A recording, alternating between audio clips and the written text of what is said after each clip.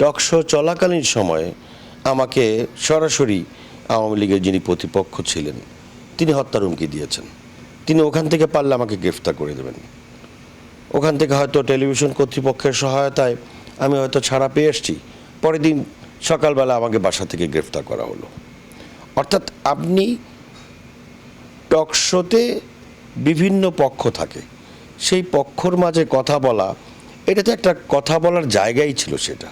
সেখানে আমি কথা বললাম, সেই অপরাধে সেখান থেকে আমার মনে আছে যে টেলিভিশনের মালিককে ফোন করে ঘুম থেকে তোলা হয়েছে। হ্যাঁ, আপনার টেলিভিশনে সেগুলি কি বলে? অর্থাৎ প্রতিপক্ষের মত প্রকাশের যে অধিকার, সেই অধিকারটা কোন পর্যায়ে ছিল? আপনি টকশোতে কথা বলার পরে সেখান থেকে ডিএমপি কমিশনারকে আমাকে ফোন দেওয়া হয়েছে যে এই লোক কী বলতেছে, এই কারণে তাকে আপনি গ্রেপ্তারের ব্যবস্থা করেন। উপস্থিত টকশোর লাইভ অনুষ্ঠান বন্ধ হয়ে গিয়েছে। সেখান থেকে বের হওয়ার পরে আপনার পরের দিন বিনা কারণে বিনা ওয়ারেন্টে বাসার সামনে থেকে ধরে নিয়ে গেছে। একটা আন্দোলন চলছে, হয়তো হরতাল ডাকা হয়েছে বা কোনো কর্মসূচি ডাকা হয়ে গেছে, দেখা গেছে মাসের পর মাস আমি আমার বাসায় আসতে পারিনি, আমার ছেলে মেয়েদের সঙ্গে দেখা করতে পারিনি, আমার পরিবার পরিজনের সঙ্গে কোনো যোগাযোগ করতে পারিনি, নিজের মোবাইল নাম্বারটা চালু রাখতে পারিনি।